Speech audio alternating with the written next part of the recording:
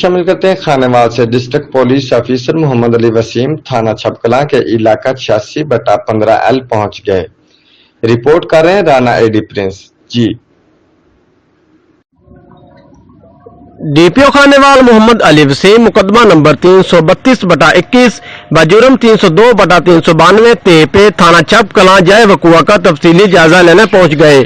DSP Mian Channu Rao Tariq Pervez, SHO Zahid Gujjar, incharge CI Gul Mohammad और inspector मार सईद अहमद भी हमरा थे। डीपीओ ने दौरान वारदात मुलजमान की फायरिंग से कत्ल होने वाले मोहम्मद असलम के वरसा से मुलाकात की। डीपीओ के अहकामात की रोशनी में पुलिस टीम में तश्कील दे दी गई। डीपीओ ने मकतूल के लवाहिकीन को मुलजमान की जल्द गिरफ्तारी की यकीन दहानी कराई। शहरियों को कीमती जानो माल से महरूम करने वाले अनासर जल्द कानूनी शिकंजा में होंगे। राना एडी प्रेस, जियो एक्सप्रेस न्यूज, खानेवाल।